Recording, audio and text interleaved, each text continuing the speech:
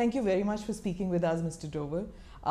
You have given several speeches in seminars and conferences, but this is your first sit-down interview as such on a question-answer session. So there are many questions that I have, but I understand there's a time constraint. And so I will get straight to the point on the Agnipath scheme. Was there any need to tinker with a scheme which has been working with a process of recruitment and a system of hierarchy which has been in place for so long? Well, thank you very much for this interview. I'm grateful to you, and it's a very contemporary subject which is needs to be deliberated and discussed. I'll tell you, firstly, we must understand security is a very dynamic concept. It cannot remain static. Security is only in relation to the environment in which we have to protect our national interests and in which we have to protect all our national assets. In this context, if we see, the whole world is undergoing a great change. The wars are changing their complexion. Increasingly, we are going towards a contactless war. We are also going towards a war against the invisible enemy. Technology is taking over at a very rapid speed. So what was good for yesterday is not necessarily good for tomorrow. जो हम कल कर रहे थे वही भविष्य में भी करते रहें तो हम सुरक्षित रहेंगे, ये संभव नहीं है। यदि हमें कल की तैयारी करनी है तो हमें परिवर्तित होना पड़ेगा। आवश्यक इसलिए था कि ये सारी का सारा जो इन्वायरमेंट है भारत के चारों तरफ सारे संसार के अंदर में वो बदल रहा है। दूसरा, इसको एक परिप्रेक्ष्य में देखने की ज़रूरत है। There is a need to look at it in a perspective. ये अग्निपथ अपने में कोई योजना नहीं है, यह अग्निपथ अपने में कोई स्टैंड अलोन साइलो नहीं है। प्रधानमंत्री नरेंद्र मोदी जी जब सत्ता में आए 2014 में, तो उनकी सबसे बड़ी प्राथमिकता, one of his prime priority was how to make India secure and strong. And that required many avenues, that required many steps, multitude of them. Broadly speaking, they come under the four heads. It requires equipment, it requires change in systems and structures, it requires change in technology, it requires change in manpower, policies, and they have got to be futuristic. कल और भविष्य की तरफ देखते हुए हमारे को इन चारों क्षेत्रों में अपनी प्रगति करनी है। आपने देखा होगा, अगर आप पिछले 8 सालों के अंदर में देखें तो स्ट्रक्चरल एंड सिस्टमेटिक चेंजेस बहुत सारे हुए हैं। मान लिया जाए कि CDS का वो था, पिछले 22-25 साल से पड़ा हुआ था, ये डिमांड थी, ग्रुप ऑफ मिनिस्टर्स की रिकमेंडेशन थी, लेकिन राजनीतिक इच्छा शक्ति न होने के कारण ये इम्प्लीमेंट नहीं हुई। हमारे यहाँ साइबर थ्रेट्स पैदा होने शुरू हो गए थे। डिफेंस साइबर एजेंसी का निर्माण एक स्ट्रक्चरल एंड सिस्टमिक चेंज था। डिफेंस स्पेस एजेंसी का आज से 5 साल 10 साल पुराने सैनिक इसकी कल्पना भी नहीं कर सकते थे कि आज हमारी डिफेंस एजेंसी की अपनी स्पेस की एक इंडिपेंडेंट एजेंसी है, एक इंडिपेंडेंट वो है। इसी प्रकार से बहुत सारे जो सिस्टम्स एंड स्ट्रक्चर्स भी चेंज किए गए। दूसरा जो क्षेत्र था जो है इक्विपमेंट का। आज हम, आपने देखा होगा, सरकार ने अपनी सेना के लिए कितने नए तरह के वेपन्स, हमारे पास में जो असॉल्ट राइफल थी जिस पर हम डिपेंड कर रहे थे 7.62, वो शायद इतनी कारगर नहीं थी। अब उसको रिप्लेस किया जा रहा है भारत में बनी हुई AK-203 के साथ में। ये एक बहुत ही कामगर और दुनिया की one of the best assault rifles होगी। इसी प्रकार से अगर हम देखें, चाहे वो पनडुब्बियों के क्षेत्र में है, चाहे वो personal equipment of the soldier है, चाहे वो एयरक्राफ्ट्स हैं, हमने लाइट कॉम्बैट एयरक्राफ्ट का और अब एक 5th जनरेशन एयरक्राफ्ट एमका का हम निर्माण कर रहे हैं। तो इक्विपमेंट के क्षेत्र में एक बहुत प्रगति की जा रही है। और एक है टेक्नोलॉजी का फील्ड, जो सबसे ज़्यादा कॉम्पिटिटिव फील्ड है। इसमें पैसा भी बहुत लगता है और बहुत कुशल वैज्ञानिकों की आवश्यकता होती है। We need the top scientist who are globally competitive and others. देखिए, इस सरकार के टाइम के ऊपर में अंतरिक्ष के अंदर में जो बड़े और नए संकट आ रहे, सारे का सारा वारफेयर जो है वो सैटेलाइट कंट्रोल होगा। आपका जो हवाई जहाज चलेगा या आपके जो रडार्स काम करेंगे वो सब satellite communication and satellite control होंगे। पर सर ये अग्निवीर जो है उनकी ट्रेनिंग सिर्फ 1 या 3 महीने की होगी। मतलब आर्मी चीफ ने कहा है दैट बाय दिसंबर रिक्रूटमेंट हो जाएगी और मार्च तक डिप्लॉयमेंट हो जाएगी।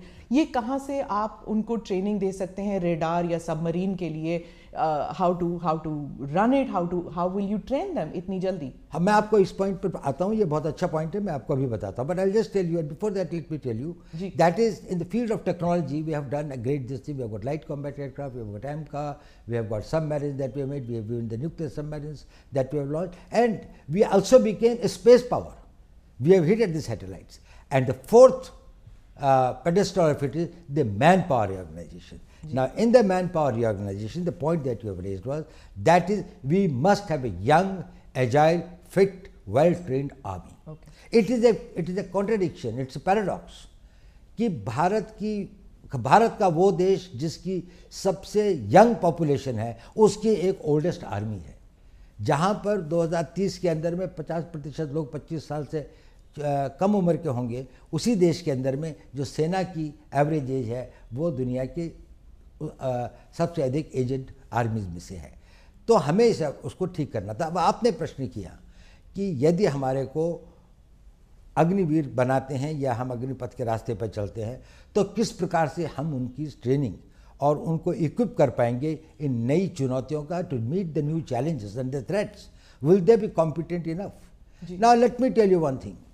First point you must understand, Agniveer will never constitute the whole army. Agniveer केवल पहले 4 साल में रिक्रूटेड जवान होंगे।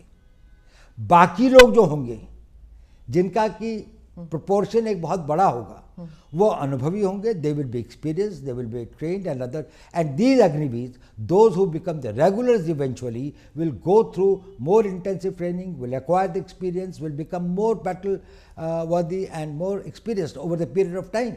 So Indian Army at any point of time will have a large number of people who, though recruited as Agniveers, but had been specially selected for their suitability, for their fitness, for their agility, for their motivation and for their aptitude for the job, and also did not have that sort of the personal problems by which they would like to leave the army and settle for something which is more stable and a personal life. So these persons will be well trained. So it is not only that the Indian Army will be having only this component. Yes, the Indian Army will constitute at the level of the Jawans and the ORs who have been recruited through the process of Agniveer, specially selected, whose work, whose performance has been monitored and digitally monitored through various complex processes over a long period of time. Selection is one part.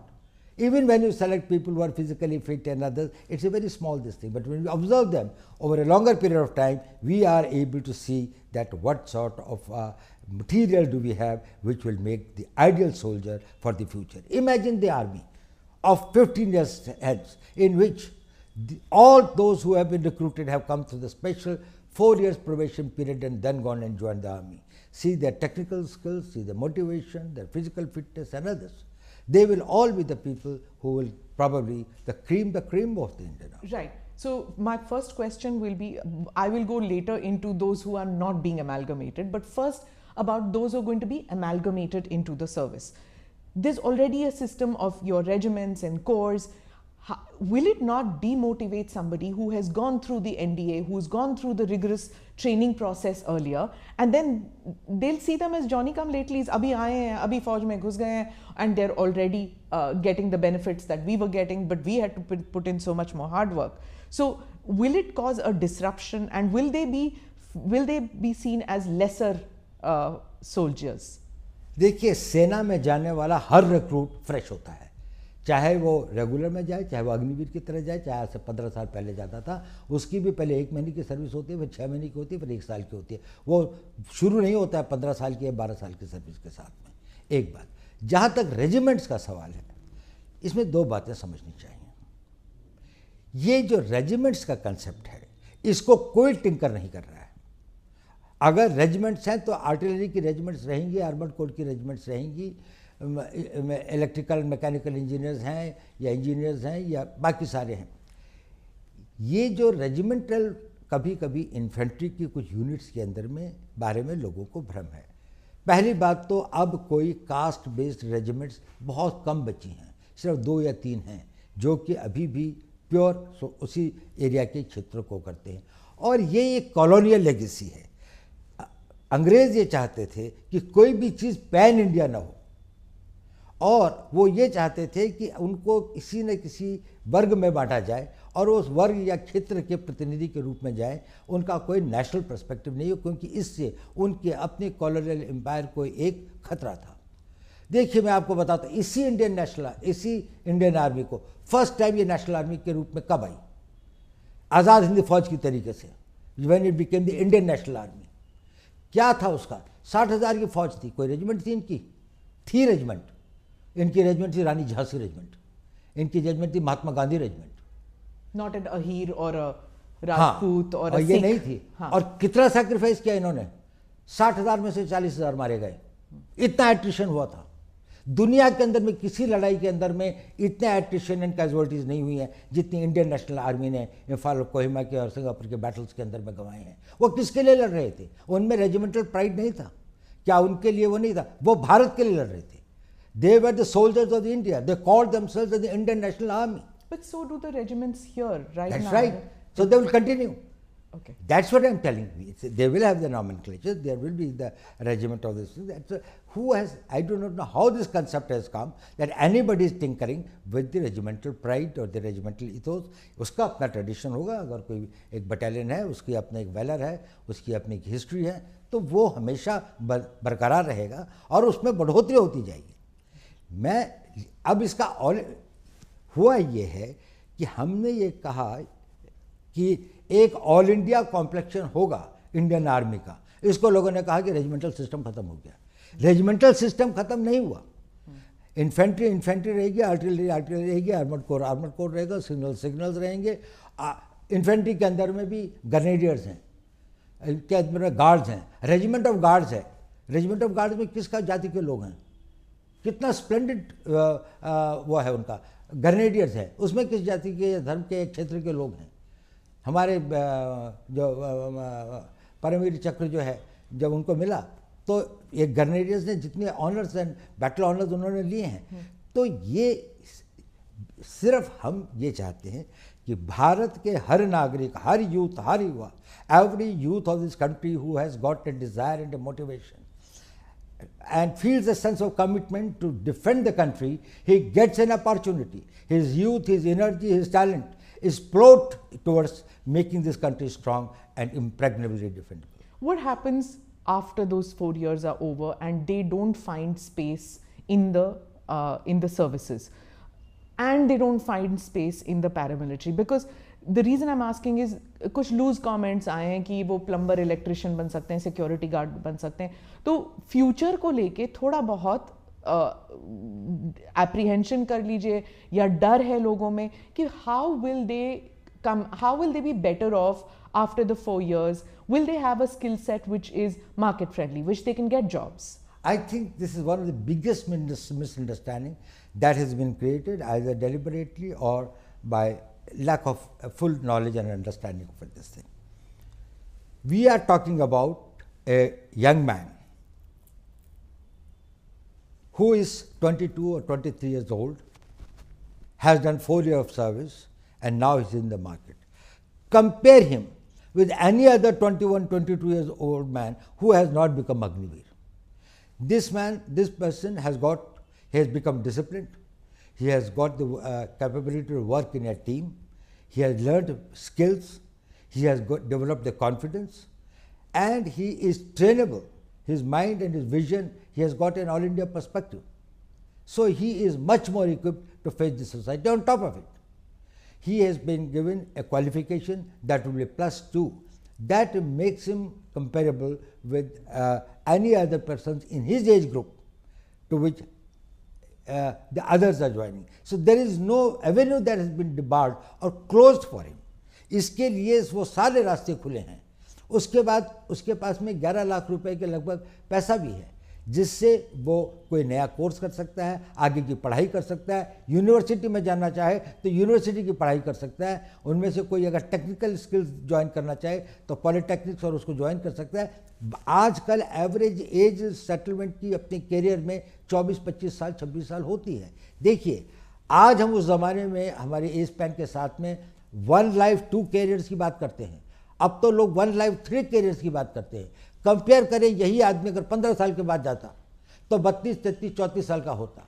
इस वक्त में अब उसको कोई ना trainable है, उसकी as जितनी भी नहीं है कि वो घर में बैठ जाए, क्योंकि अभी उसकी शादी हुई 3-4 साल हुए हैं, अभी उसके पास कोई छोटा बच्चा है जिसको पढ़ाना भी है, कोई लड़की होगी तो वही 15-20 साल के बाद शादी के लायक होगी, उसके पास में जिम्मेदारियाँ ही जिम्मेदारियाँ हैं। पहले का ज़माना फ़र्क था। ये जो सोल्जर था वो गांव से आता था और गांव वापस चला जाता था। गांव में रहने के लिए उसके पास थोड़ी ज़मीन होती थी और पेंशन पर गुजारा हो जाता था। आज पेंशन पर उसका गुजारा नहीं हो सकता, तो उसको सेकंड कैरियर की आवश्यकता होती है। 34 साल के बाद में इसका 40 साल का जीवन अभी और बचा हुआ है।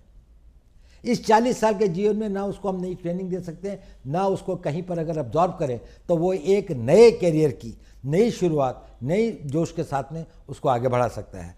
तो इसलिए इसको ये रखा गया है कि अगर वो 4 साल के बाद में आते हैं तो उनकी ट्रेनिंग, उनका डिसिप्लिन, उनका बैकग्राउंड, उनका आर्मी का कैरियर उनको समाज में एक ऊंचा स्तर देता है। उसके बाद उनके पास में एजुकेशन भी है और ये टॉप ऑफ इट है कि सरकार ने कहा कि 10% CPMF में होंगे, डिफेंस फोर्सेस के अंदर में, जो डिफेंस मिनिस्ट्री ऑफ डिफेंस के अंदर में कोस्ट गार्ड है, बाकी चीज़ें हैं जो कि उनके उसमें अंदर में आती हैं, डिफेंस सर्विस कोर है और जो उसके अंदर में और काफ़ी मिनिस्ट्री का है। अब देखिए ये 10% अग्निवीर का नहीं है, ये 10% उनके यहाँ भर्ती होने वाले लोगों की हैं। तो अगर फर्ज कर लीजिए कि CPMF की भर्ती 40,000 या 50,000 की है तो उसमें 5,000 जाएंगे। या 10% अगर जो उनके 3,000 या 4,000 लोग या 5,000 लोग जो है वो उनके जो उसका 10% नहीं होगा। ये इन नहीं, अब भारत आगे बढ़ रहा है, भारत की प्रगति हो रही है। पहला आदमी अग्निवीर जब रिटायर होगा तो आज 5 साल के बाद में होगा, उस वक्त भारत की इकोनॉमी 5 ट्रिलियन की इकोनॉमी होगी। प्राइवेट सेक्टर एक नई गति और नई दिशा के साथ में आगे बढ़ेगा। डिफेंस इंडस्ट्रीज जिस तरह से बढ़ रही हैं, बहुत सारे ऐसे काम होंगे। डिफेंस पब्लिक सेक्टर अंडरटेकिंग्स के अंदर में जिस प्रकार से विस्तार हो रहा है, कंट्री के अंदर में मैन्युफैक्चरिंग बढ़ रहा है, उनको लोगों को ये लोग चाहिए जो डिसिप्लिन्ड हों, ट्रेनेबल हों और जिनके साथ जिनके पास में उम्र हो। इनका सबसे बड़ा एसेट है इनकी उम्र, कि ये अभी भी यंग है। इस उम्र में कई लोग अभी भी अगर हम जाए पॉलिटेक्निक के अंदर में लोग भर्ती होने के लिए जाते हैं तो उनमें से कई लोग 22, 21, 22, 23 साल के होते हैं, 2 साल 3 साल का कोर्स करते हैं, उसके बाद वो अपने लिए एक मैन्युफैक्चरिंग जाए। कोई कंप्यूटर का कोर्स करते हैं, 2 साल का कंप्यूटर का कोर्स करें, इंफॉर्मेशन टेक्नोलॉजी के फील्ड में इतने वो हैं तो इनके लिए स्थान ज़्यादा होंगे, इनका भविष्य टोटली सुरक्षित है और इनको किसी प्रकार की चिंता करने की बात नहीं है, क्योंकि इनके पास में 22 साल की उम्र है, इनके पास में 4 साल देश की सेवा करने का एक सर्टिफिकेट है, इनके पास में एजुकेशनल क्वालिफिकेशन की एक वो है और उसके अलावा इनके पास में एक ऐसी धनराशि भी है जिससे इसको इन्वेस्ट कर सकते हैं। और अभी इनकी इनकम्बेंसीज नहीं है, अभी इनके परिवार नहीं है। जो ट्रेनिंग के लिए चाहे तो कोई मद्रास जाना चाहता है, कोई कश्मीर जाना चाहता है, कहीं भी जा सकता है, वो मोबाइल है। जब वो 34 साल की उम्र में आप उसको भेजते हैं, उसके साथ सबसे बड़ा अन्याय है, क्योंकि ना तो वो घर बैठ सकता है, ना लोग ऐसी जगह पे जा सकता, अपने क्षेत्र से बाहर भी नहीं जा सकता। आई गेट दैट अबाउट कि जब वो बाहर निकलते हैं। Now the thing is that आप खुद गांव से हैं sir, you are a son of an army person, you have worn the military uniform, the police uniform, you've been awarded the Kirti Chakra, military honor for a policeman. You understand that when you go back to the village, the respect that a uniform gets. Now many in the villages are saying कि ये 4 साल के छोकरे बाहर निकल के आएंगे, they will not be given the same respect, that वर्दी will not have the same honor, the respect that it had, because it doesn't carry with it the weight of national service over decades. मेरे ख्याल से ये भी बिल्कुल पूरा भ्रम है।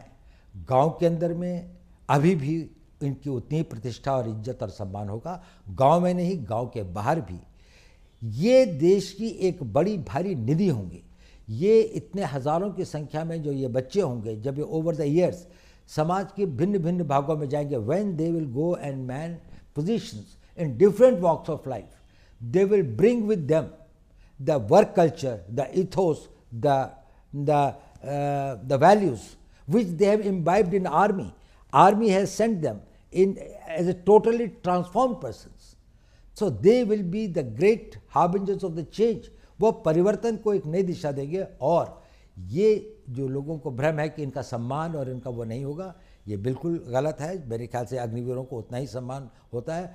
आज भी कितने लोग अपनी कोशिश करते हैं, पारिवारिक कारणों से सेना को छोड़ के कभी कभी आना पड़ता है। वो कुछ लोग हमेशा से पहले कलर सर्विस कितनी थी, 1962 तक तो 7 ईयर्स थी। उसके बाद में भी समय समय पर इसने ये कहा गया है कि इसको वो किया जाए।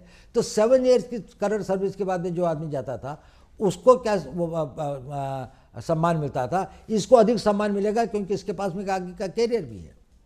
Sir, if this scheme was so overdue, so necessary, keeping in view that wars have changed, the nature of wars have changed, and the nature of the requirement of manpower has changed for India, अगर ये इतना overdue था तो इसके against इतने protest, इतने sudden protest क्यों हुए?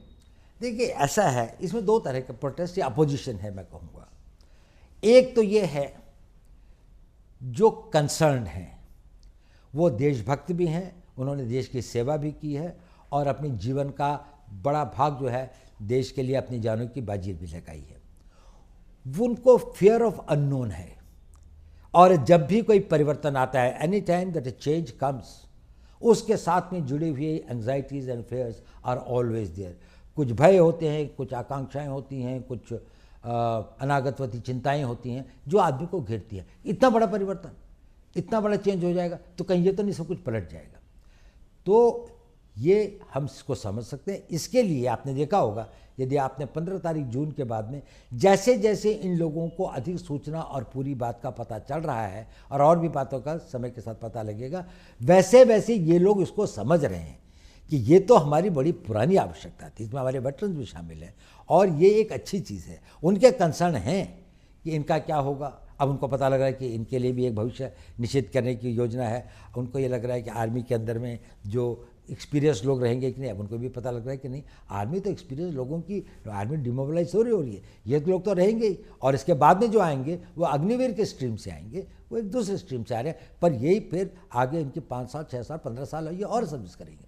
तो उनकी वो जो भय और आकांक्षाएँ हैं उनमें धीरे धीरे कमी आ रही है। एक दूसरे वर्ग है, उसका ना राष्ट्र से कोई मतलब है, ना राष्ट्र की सुरक्षा से कोई मतलब है, ना वो राष्ट्र के प्रति इतने समर्पित हैं।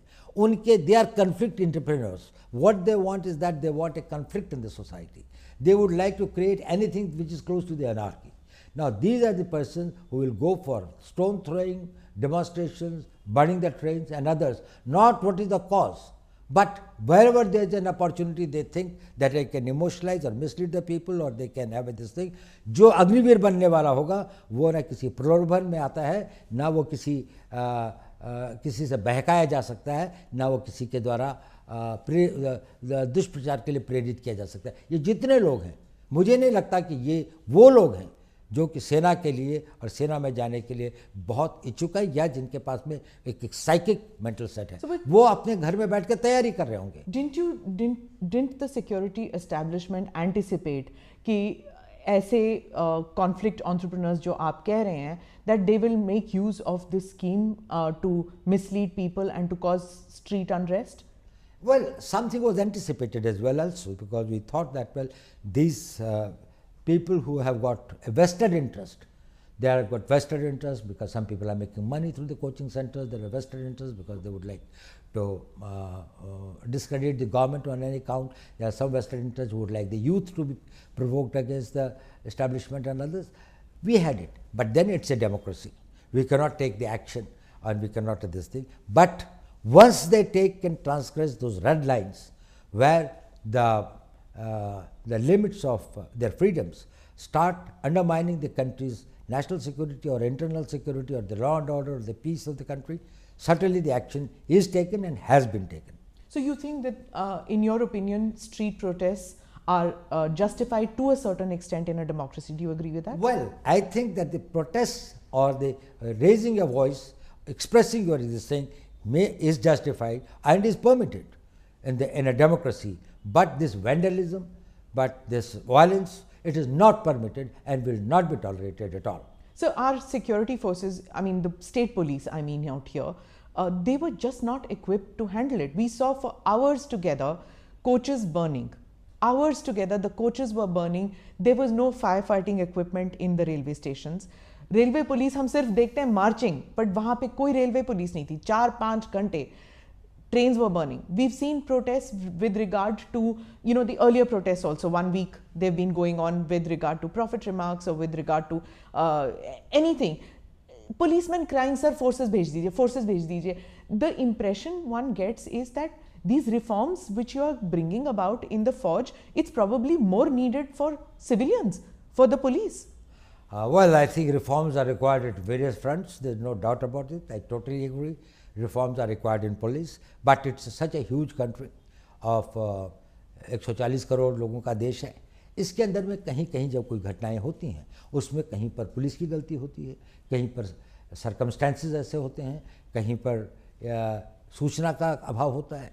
These are the things that it happens. They should be investigated, they should be corrected, lessons should be learned to see that they are prevented. There is no justification in case the violence takes place. So, आप conflict entrepreneurs की बात कर रहे थे. As far, I understand that you cannot divulge much about it, but आपने coaching centers की बात की. Is there also a political element that was funding maybe, or that was pushing these young men onto the streets to pick up stones? Well, in many cases the FIRs have been lodged. Wherever there have been incidents of violence, people have been identified.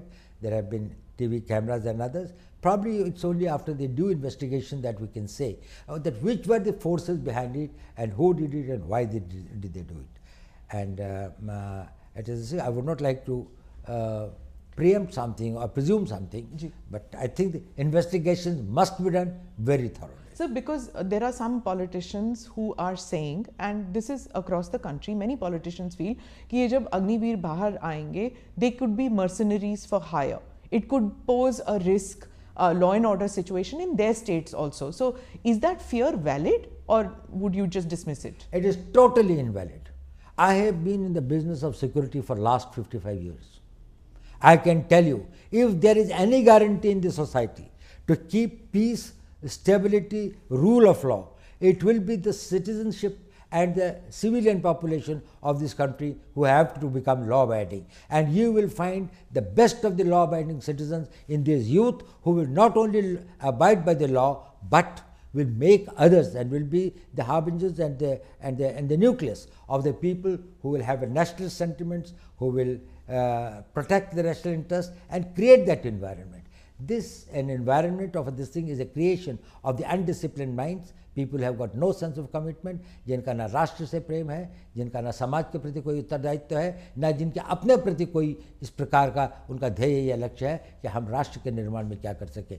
ये लोग अच्छे लड़के होंगे, physically fit होंगे, उसके बाद 4 साल की ट्रेनिंग में केवल इनके शरीर ही नहीं बढ़ते हैं, इनके मस्तिष्क के अंदर में भी एक ट्रांसफॉर्मेशन आता है. उनका सोचने का तरीका फ़र्क होता है, उनका एक नेशनल पर्सपेक्टिव बनता है, एक ऑल इंडिया पर्सपेक्टिव बनता है. जब ये समाज में जाएंगे और बड़ी संख्या में ओवर द ईयर्स समाज के, सरकार के, प्राइवेट सेक्टर के विभिन्न अंगों में जब ये होंगे, तो ये अपने चारों तरफ, अपने परिवारों में, अपने गांव में एक ऐसे वातावरण का वो करेंगे और एक इस प्रकार की फोर्स की तरीके से इमर्ज होंगे जो कि हमारी इंटरनल सिक्योरिटी के लिए एक बड़ा भारी एसेट होगा. और इंटरनल सिक्योरिटी जो है वो बहुत आवश्यक है हमारे राष्ट्र की एक्सटर्नल सिक्योरिटी के लिए. But sir, don't you understand that और don't you see the fear that ये जो इंटरनल सिक्योरिटी को ज़रा भी डिसरप्ट किया जाए, इवन इन पॉकेट्स, जैसे आपने CAA स्टर में देख लिया, उसके बाद हिजाब रिमार्क्स हो जाती हैं, well may be not the हिजाब and the prophet remarks, but CAA stir and the agriculture reforms की जो लॉज थे, अगर इसमें क्या होता है that the word goes out that on the street that if you push the government, if you push the security establishment to a certain extent with street protest, there could be a roll back. So, is there any chance that because of these street protests, there could be a rollback to the Agnipath scheme? There is no question of any rollback. There is no question. It is. Let me tell you one thing. This is not something which is a knee-jerk reaction which has come overnight. This has been being debated and discussed for decades. In 70s, we had General Krishna Rao Committee, of which General Sundarji, General Chibbar, they were the members. They talked about reorganization and reforming of the army, including the manpower policy, technology and others. So you're talking 40 years back? No, not only that. It is not only 40 years back. Then there was this thing of the Arun Singh Committee report in 1989. Then there was a group of ministers, this thing. Arun Singh Committee would be 30 years then. So what you're telling me is systematically there have been... No. Every time it was being felt, there was this thing of the Subramanian Committee report, the Kargil Committee report. So again, that is 30 years. Again, then there was a group of ministers report. Okay. And then all these consistently had a refrain, go for a young army. So across the army's demand. Across different political parties which have been in power. But there was a problem. While everybody realized that it was necessary, nobody had the will and the ability to take the risks. I'll tell you an example.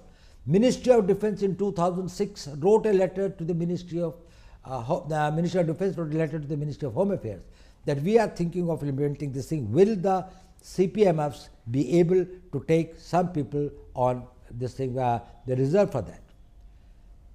Home Ministry gave a reply to the Defence Minister's letter that we are forming a committee under the Director General BSF to examine the matter. That committee's report has never seen by anyone. That letter of the Defence Minister was never sent back. Defence Minister never sent any reminder. It is that So when was this? It was in 2007. Okay. The letter was sent in 2006 and 2007 the committee was formed. So this is bureaucracy going round and round? No, it's not a bureaucracy. It was a political will. That is, it is such a big problem. It's such a huge mass. Who will dare getting into it and bringing about the change? It can happen only with a leader like Prime Minister Modi, who will say that if this is in the national interest, if this will make India strong and secure, then no risk is big enough, then no cost is high enough. Even if it is a political cost, I will pay it, because he visualizes what happens to the Indian army 15 years from now. Security is not only thinking about your generation, also about the future generations. You will have an army which has been recruited and selected, and they have got manned by the people who have got the highest degree of fitness, agility, training, capabilities and others. They would be manning it. And then there will be a civil society in which you will have thousands of people who are there to bring about the change. They will be the catalysts of change. So Prime Minister Modi just yesterday has said that any kind of reforms that come, they disturb the status quo, who have benefited from status quo. Is it that this Prime Minister has the forge and the bureaucracy with him, that earlier Prime Ministers didn't have it, and that is why the MOD, the MHA, the defense, the uniformed soldier, they are not on the same page?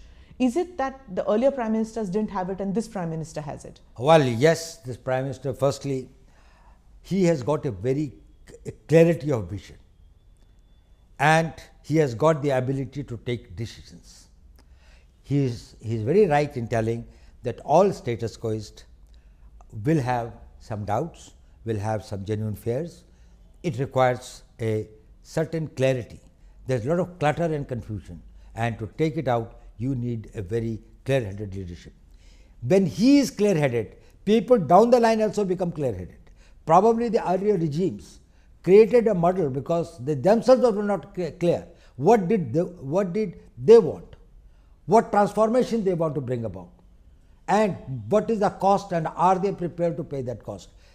With the Prime Minister, I think the entire army, and let me tell you one thing, late General Rawat, he is not here, he was one of the persons who was spearheading it very this way, successive army chiefs in the last few years. I think it has been going on for last 3 years or something like that, that we had been deliberating and thinking and this thing like that. I had seen large number of meetings over this thing and other. Smallest point, smallest detail has been gone into, and there is a total support, there is a total commitment, there is a total desire and also an enthusiasm about bringing about this change. These doubts were in our minds also. We resolved those doubts. Okay. We tried to find out how we can minimize that, how we can mitigate the possible threats and the dangers. So you've been with Mr. Modi since he took office in 2014. There's been a doctrinal shift in India's relations with Pakistan since he's become Prime Minister, since you've been the NSA. You've seen several regimes change in Pakistan. Do you think, from a security perspective, is it possible for this kind of, I will not talk to you, you have to stop terror, till then I will not talk to you? And can nations prosper with that attitude going forward? I'll tell you one thing. We cannot have peace and war at the choice of our adversary. If we have to protect our interests, we will decide when and with whom and on what terms we will have peace. When our core interests are involved, there is no question of peace at any cost. There has got to be a peace. We want very good relations with our neighbors, Pakistan included. We would like to have good relations with them. We would like to have very normal relations with them. But certainly the tolerance threshold for terrorism is very low. We certainly would not like to make our citizens as sitting ducks for the terrorists who come and this thing. Thank God, and I think I must this thing to the God. In last 8 years, this country has not seen any terrorist this thing except Jammu and Kashmir, which has been this thing of a proxy war. So it's a different type of a proxy war. Just before that, say between 2005 to 2014, we had Bombay, we had Pune, we had Kanpur, we have got Delhi, we have got this whole range of this, Bangalore, Ahmedabad and other. What was the whole range of this thing the country was being this way? If we were not firm, if we were not very decisive, if we did not have the clarity, we will fight it. And we will not beg for peace at any terms. So you spoke about Jammu Kashmir, so I have to say this because we saw that when Article 370 was taken back, you went there. You went to Kashmir, you spoke to the people. We saw that happening. What do you have to say to people who are victims of these lone wolf attacks which are happening? Yes, I agree that that terrorism as such from Pakistan is gone, but then these lone wolf attacks, soft targets which are going. How will you cope with that? How will terror end in every form in Kashmir? Well, this is a problem of security, and we are dealing with it, and we are dealing with effectively. Firstly, you must understand one thing. Post 2019, the mood and the temper of the people of Kashmir has totally changed. People are no more in favor of Pakistan, in favor of terrorism, in favor of this thing. You can see. Where is Hurriyat today? Where are those Bandh calls? Where is this Friday Hartals? They have all gone this thing like that. But some individuals, some young boys who are misled or who are this thing, they are getting into this thing. We are doing our best to persuade them. Their families are trying to persuade them. A lot of change has come about, but still there are few persons and some individual tanzeems, the militant organizations and others who are still operated and go by a mistaken notion of their beliefs or whatever is that they want to be the Fidains and they want to come. They do create problems for us. We are fighting them. So, and we are fighting them with total resolve. There is no way to deal with the terrorists. We don't deal with terrorism. We have to deal with the terrorists. And terrorists, their equipment, their weapons, their explosives, their money, and we on all fronts are trying to tackle it. And so we are very hopeful that in another few months we'll be able to get it. The Kashmiri Hindus, especially the Pandits, they feel very let down, to some of them, that there is so much energy expended in bringing these terrorists or militants or separatists back into the mainstream, that those who have supported Mr. Modi, the BJP and this government all through, that they are being taken for granted and their security is not of paramount concern to the security establishment. Firstly, I don't think that is the real feeling of all Kashmiri Pandits or people who have been displaced. But yes, they are a vulnerable section. They need protection. They have got to be protected. Government has taken various measures in the past. Probably much more has to be done, and that is being done.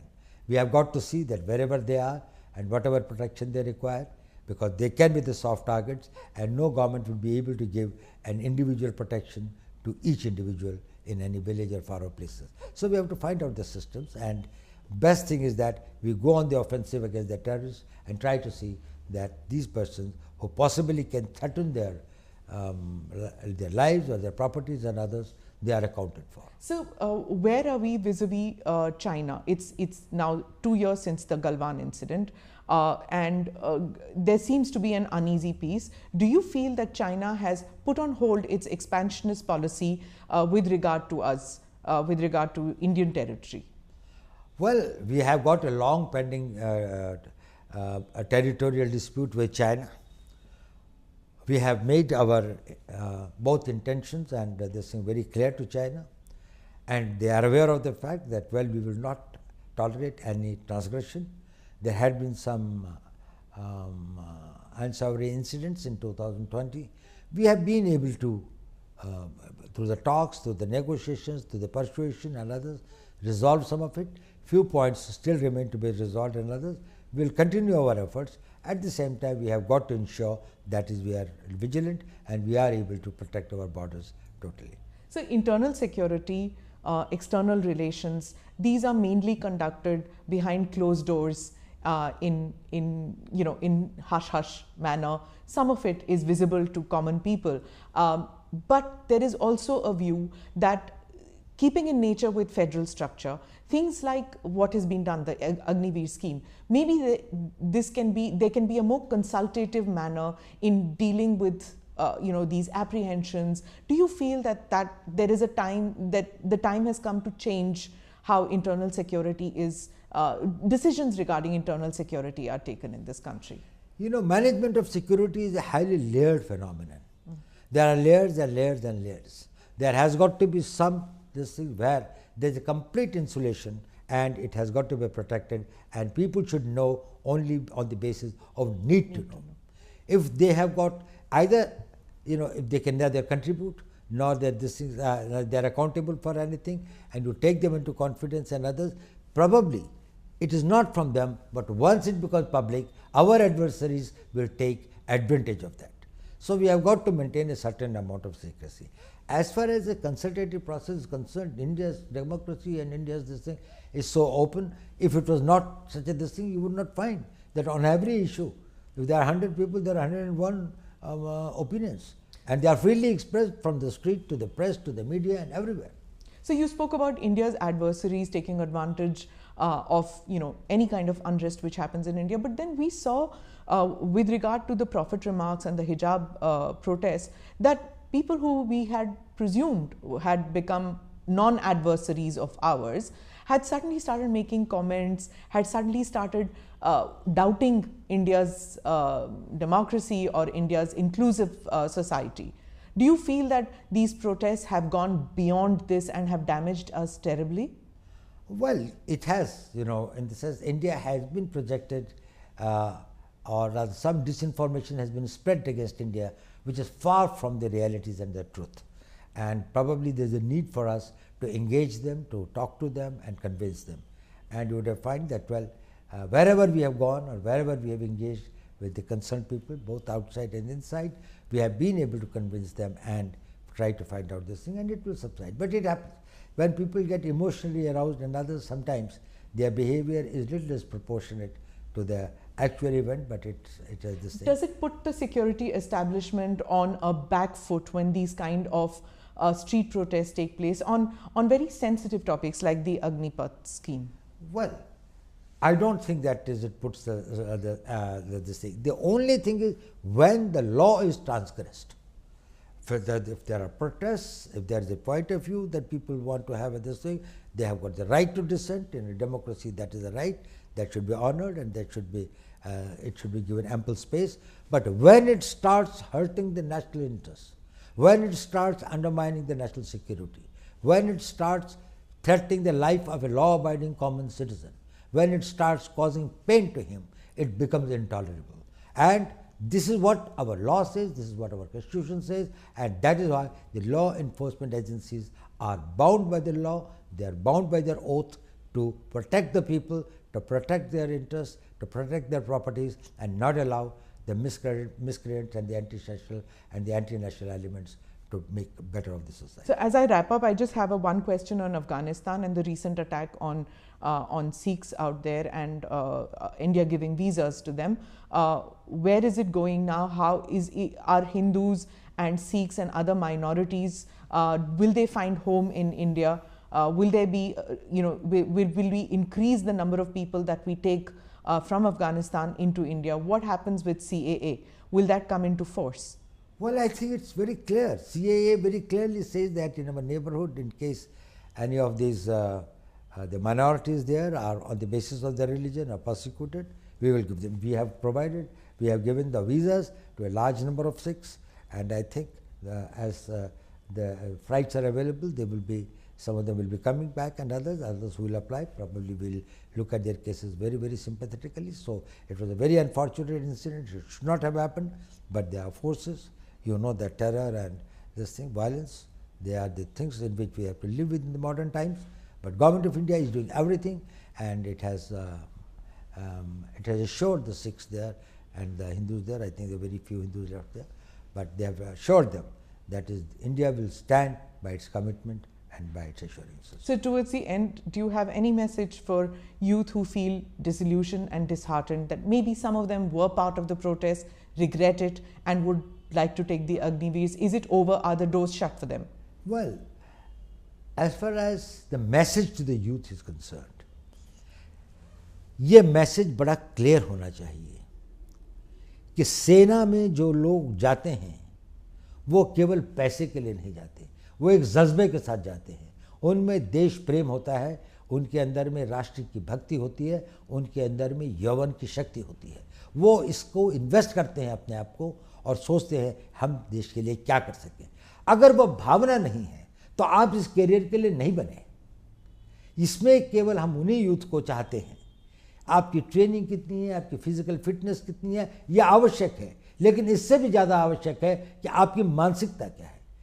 तो अगर कोई भी youth Agniveer बनना चाहता है, और मेरा सारे यूथ को इस देश के से यही है, मेरा मैसेज यही है, पॉजिटिव हों, be positive, have faith in the nation, have faith in your leadership, when you join the army and others, the leadership there, have faith in the society and have faith in yourself.